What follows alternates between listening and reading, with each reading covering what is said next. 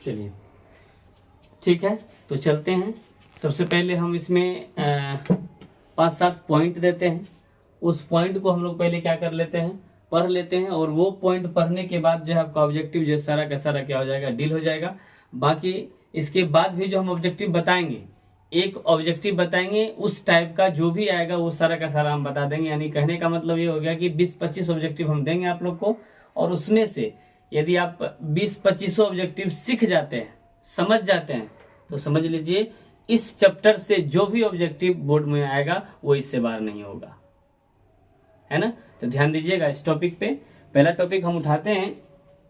देखिए छोटी छोटी बात जो आपको पहले से भी मालूम होगा, लेकिन फिर भी हम आज जिक्र कर रहे हैं उस चीज का, और आपको समझना होगा, ठीक है। तो पहली बात है जो एग्जाम में ज्यादा से ज्यादा पूछा जाता है, हम उसको उठाते हैं, वो आपका अभाज्य संख्या। अभाज्य संख्या, बिल्कुल ध्यान समझिएगा, अभाज्य संख्या। अब ये अभाज्य संख्या क्या होता है, सबसे पहले देखिए, इससे एक क्वेश्चन जो बिल्कुल फिक्स रहता है, टाइप अलग अलग हो उस टाइप से पूछा जाता है। ध्यान दीजिएगा, अभाज्य संख्या क्या होता है। तो सीधी सी बात, अभाज्य संख्या में हम लोग समझ जाएंगे कि अभाज्य संख्या जो होती है वो वे संख्या जो स्वयं से या फिर एक से क्या लगे, भाग लगे, आप उसको वो समझ लीजिए इस टाइप से। या दूसरी बात में समझ लीजिए, सीधी सी बात है, जिसका गुणनखंड आप इस प्रकार से एलसीएम करने जानते होंगे जैसे कि 8 का किए, है ना, इस टाइप का जो हम करेंगे, है ना, इस प्रकार से हम 8 का करना चाहेंगे। देखिएगा, इसी को कहते हैं अभाज्य। अभाज्य का मतलब वो हो जाता है कि अब जो इसको हम भाज्य नहीं कर पाए, अब इसको हम तोड़ नहीं पाए, सीधी सी बात ये हो गया।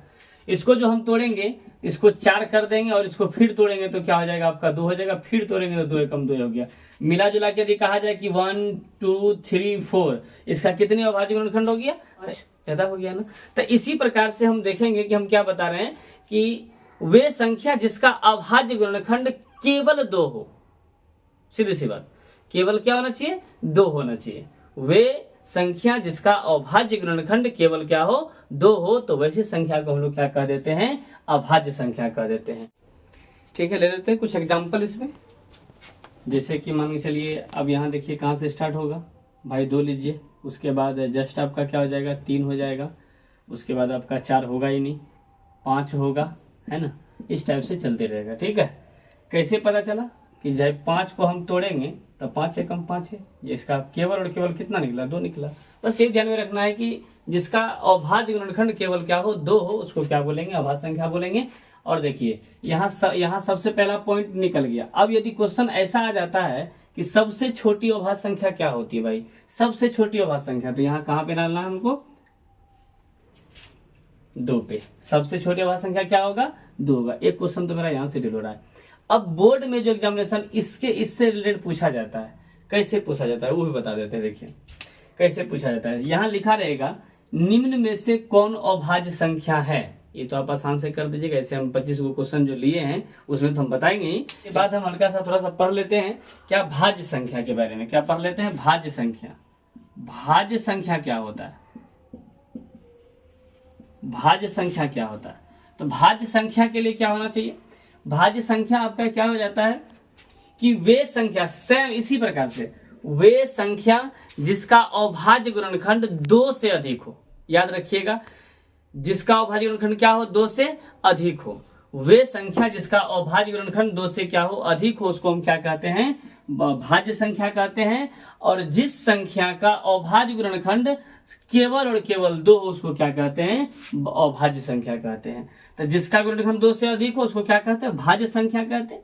अब भाज्य संख्या जो होता है वो कहाँ से शुरू होता है, देखो तो जब हम 2 पकड़ते हैं तो 2 एकम 2, यहाँ तो नहीं आ रहा है, 1 तो आएगा ही नहीं, 1 तो आना ही नहीं है। और 3 पकड़ते हैं, 3 पकड़ते हैं तो 3 एकम 3 है, 3 एकम 3 है, तो यह आपका क्या हो रहा है, यह आपका नहीं हो रहा है। ये भी जो आपका क्या है, 2 केवल कितना है, मात्र 2 है ना, 2 गुणनखंड, 2 अभाज्य गुणनखंड है। अब हम 4 को तोड़ते हैं, तो 4 को तोड़ते हैं तो 2 एकम 2, ये यहाँ पे आ जाएगा 2 एकम 1, तो 1 2 3, 1 2 3, ध्यान दीजिएगा, 1 2 3 हम क्या बताए थे डेफिनेशन में, अभी हम जस्ट क्या बताया आपको, डिफिनेशन में ये बताएं कि भाई जिसका अभाज्य गुणनखंड 2 से अधिक हो, तो आप यहाँ देख रहे हैं ना, यहाँ 2 से मेरा क्या हो गया, अधिक हो गया, इसका मतलब यहाँ आपका क्या हो गया, भाज्य संख्या हो गया। यहाँ क्या हो गया, भाज्य संख्या हो गया। कौन सी संख्या हो गया, भाज्य संख्या हो गया। ध्यान दीजिएगा, है ना। तो भाज्य संख्या, अब यदि पूछा जाए कि सबसे छोटी भाज्य संख्या क्या होती है, सबसे छोटी भाज्य संख्या भाई 4 होता है भाई। सबसे छोटी भाज्य संख्या क्या होगा, 4 होगा। और इसके बाद 5 भी नहीं होगा, 6 होगा, है ना। उसके बाद 7 भी नहीं होगा, 8 होगा। इसी टाइप से डॉट डॉट डॉट चलते रह जाएगा। अब कहीं आपके माइंड में ये ना चल जाए कि हम लोग सम संख्या को क्या कहते हैं, भाज्य संख्या। नहीं, बिल्कुल गलत हो जाएगा। हम भाज्य संख्या वे संख्या को कहते हैं जिसका अभाज्य गुणनखंड क्या हो जाए, 2 से अधिक हो जाए। एकदम ध्यान रखिएगा। अब यदि चर्चा चला जाए कि सबसे छोटी भाज्य संख्या क्या होता है, तो क्या मारेंगे टिक हम लोग, 4 पे मारेंगे। सबसे छोटी भाज्य संख्या क्या होती है, तो 4 होती है। सबसे छोटी भाज्य संख्या क्या होती है, 4। और सबसे छोटी अभाज्य संख्या क्या होती है, 2 होती है। ठीक है, अब हम चलते हैं। ये तो क्लियर हो गया। अब इसमें भी क्वेश्चन आएगा, निम्न में से कौन भाज्य संख्या है, निम्न में से कौन अभाज्य संख्या। हाँ, और एक बात हम बताना भूल गए आपको, ये भाज्य संख्या को हम लोग यौगिक संख्या भी कहते हैं। क्या बोलते हैं, यौगिक संख्या। भाज्य संख्या जो हम लिखे थे उसको हम यौगिक संख्या भी कहते हैं। यौगिक, है ना, यौगिक संख्या। कौन संख्या, अब कहीं इसलिए हम बता दें, कहीं एग्जामिनेशन में ये भी रह जाता है कि निम्न में से कौन यौगिक संख्या, निम्न में से कौन यौगिक संख्या है, तो आप यौगिक संख्या बोलो चाहे भाज्य संख्या बोलो, बिल्कुल क्लियर। और दूसरा बात, अभाज्य जो बताए थे उसको हम रूढ़ संख्या भी कहते हैं। ठीक है, अभाज्य संख्या को हम लोग क्या कहते हैं, रूढ़ संख्या भी कहते हैं, है ना। इसलिए रूढ़ भी यदि पूछे तो अभाज्य का बात समझ लेना, समझ लेना होगा। उसके बाद अभाज्य क्या बोलते हैं, यौगिक पूछे तो भाज्य समझ लेना है, सीधी सी बात। ये 4 पॉइंट मेरा क्लियर हो गया, है ना, है ना। हम लोग 2 पॉइंट पढ़ लिए, भाज्य पढ़ लिए, अभाज्य पढ़ लिए। अब हम पढ़ते हैं सह अभाज्य संख्या, काहे कि सह अभाज्य संख्या भी एग्जामिनेशन में पूछा जाता है। सह अभाज्य संख्या क्या होता है, तो ध्यान रखिएगा, वे 2 संख्याएं, सहभाज्य एक संख्या नहीं होगा, ये युग्म होगा, है ना। वे 2 संख्याएं जिसका मौसो 1 हो, मौसो मैंने समझ रहे होंगे ना, मौसो मैंने समझ रहे होंगे, जिसको हम HCF कहते हैं। सीधी सी बात समझ लेंगे इसका डेफिनेशन कि वे संख्या जिसका, वे 2 संख्या, अकेला नहीं, वे 2 संख्या जिसका मौसो क्या होना चाहिए, 1 होना चाहिए, वही संख्या क्या कहलाएगा, सह अभाज्य संख्या कहलाएगा। एग्जाम्पल ले लेते हैं हम लोग, जैसे कि हम 2 और 3 ले लेते हैं। क्या ये सहभाज्य संख्या है, हाँ है, क्योंकि 2 का HCF। अच्छा हाँ, HCF की बात करेंगे हम, अभी नहीं किए हैं। ऐसे समझ लीजिए 2 गुने 1, और इसको 3 को पकड़ेंगे तो 3 गुने 1, देखो तो ना ये मिल रहा है ना ये मिल रहा है, तो ये मिल रहा है भाई। तो HCF बराबर क्या हो जाएगा भाई, 1 हो जाएगा। इतना तो बात आपको मालूम ही होगा, आप पढ़े होंगे तो, है ना, इतना बात मालूम होनी चाहिए। तो इसका HCF कितना निकल गया, 1। सीधी सी बात कहेंगे कि वे संख्याएं, वे 2 संख्याएं, वे 2 संख्या जिसका HCF क्या हो जाए, 1 हो जाए, उसको हम लोग क्या कह देते हैं, सह अभाज्य संख्या कह देते हैं। देखो हम लिखे नहीं है, लिखने में टाइम बर्बाद हो जाएगा, हम बोल रहे हैं तो आप कॉपी में नोट करते जाइए, ठीक है। सह अभाज्य संख्या, तो वे 2 संख्याएं जिसका अभाज्य, जिसका क्या हो, HCF कितना हो, 1 हो, वो क्या कहलाता है। आप देख लीजिए, कोई भी 2 संख्या जिसका HCF क्या हो जाए, 1 हो जाए, उसको हम वो सब संख्या क्या कहलाएगा, सह अभाज्य संख्या कहलाएगा। ये पॉइंट भी आपका क्लियर हो गया। दूसरा पॉइंट देखो, छोटी छोटी बात आपको, प्राकृतिक संख्या, पूर्ण संख्या, उसके बाद जो बात है सम संख्या, विषम संख्या, तो ये सारी बातें तो आपको पता ही होगा, तो इसलिए इसको हम जिक्र नहीं किए। बाकी यदि ऑब्जेक्टिव में ऐसा कुछ आता है तो आप देख लीजिएगा, है ना। अब हम थोड़ी सी चलते हैं किसमें, देखिए परिमेय संख्या। अब हम हल्का सा चलते हैं कहाँ पे, परिमेय संख्या पे। परिमेय संख्या क्या होता है, चलो तो देख लेते हैं परिमेय संख्या आराम से। सीधी सी बात समझना है, परिमेय संख्या क्या होता है। आप 9th में यदि इसको पढ़े होंगे तो बहुत बेटर से इसको समझाया गया होगा, और समझाया मतलब विधिवत रूप में दिया गया है। इसमें तो बिल्कुल हल्का सा है, और हम सिर्फ ट्रिक समझाते हैं, जो एग्जाम में आता है वो देखिएगा। परिमेय संख्या क्या होता है, आप तो सुने होंगे सर जी, जो P/Q के रूप में होता है, और जहां Q is not equal to 0 होता है, तो इसी को क्या कहते हैं, परिमेय संख्या कहते हैं। सही बात है, बात भी क्या है, सही है, जहाँ P तथा Q क्या हो, पूर्णांक हो, जो भी हो। चलो तो ये तो बात सही है, लेकिन अभी देखिए यदि देखा जाए तो उस चीज को छोड़ दीजिए, आपको अब ध्यान में, अब आपको ये नहीं ध्यान में रखना है, ये नहीं ध्यान में रखना है बिल्कुल, आपको ये समझना है कि जो भाई साहब यानी कि जो भाई साहब माने जो संख्या है ना, जो भाई साहब इस रूम से बाहर निकल जाए, जो भाई साहब इस रूम से बाहर निकल जाए उसको परिमेय संख्या कहते हैं। ध्यान रखिएगा, इस रूम का मतलब ये हो गया कि सीधा सीधे रहे, उस पे ये वाला सिस्टम चढ़ा हुआ नहीं रहे, ये वाला सिस्टम उस पे चढ़ा हुआ नहीं रहे, उसको हम परिमेय, जैसे देखिए इसको हम दे देते हैं 3।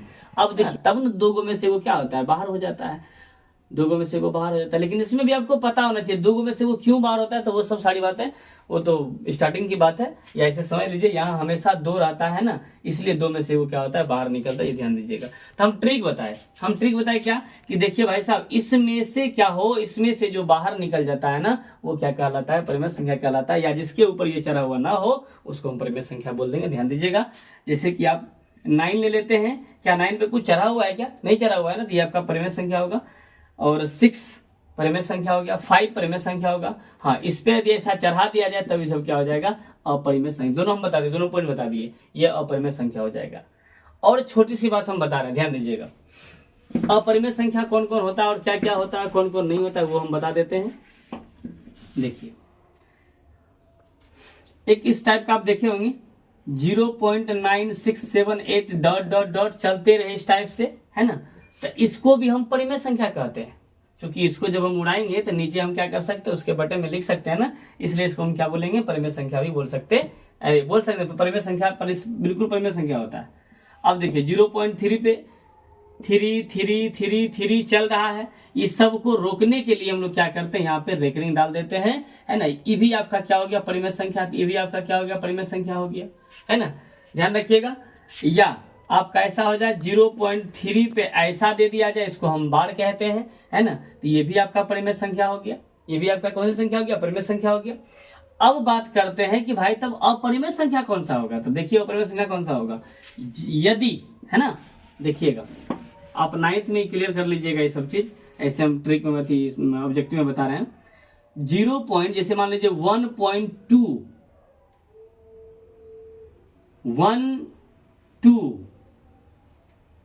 0 पॉइंट क्या है 21, अब यहाँ पे 1 फिर 2, फिर आपका 1 3 गो 1 जा रहा है ना, फिर 2, फिर इसी प्रकार से 4 गो 1 डॉट डॉट डॉट, इस प्रकार से यदि चलेगा तो उसी को समझ लीजिएगा, ये बेचारा सिर्फ और सिर्फ पॉइंट वाला में यदि बात किया जाए तो यही एगो क्या है, अपरिमेय संख्या है। बाकी सब का सब जो भी आ जाए उसको आप क्या कह दीजिएगा, है ना, उसको परिमेय कह दीजिएगा, और ये बेचारा को क्या कहना है, सिर्फ अपरिमेय कह दीजिएगा। ये आपका अपरिमेय हुआ, बाकी सब क्या हो जाएगा, परिमेय हो गया। बाकी तो सॉल्यूशन की बात है, बाकी ऑब्जेक्टिव जब आएगा तो बताया जाएगा, है ना। तो यहाँ तक में किसी को कोई दिक्कत नहीं होना चाहिए, दिक्कत है ना, दिक्कत हो तो बताइएगा, ठीक है। अब हम लोग चलते हैं HCF चलते हैं, हल्का सा HCF के बारे में जान लेते हैं। देखिएगा HCF क्या होता है।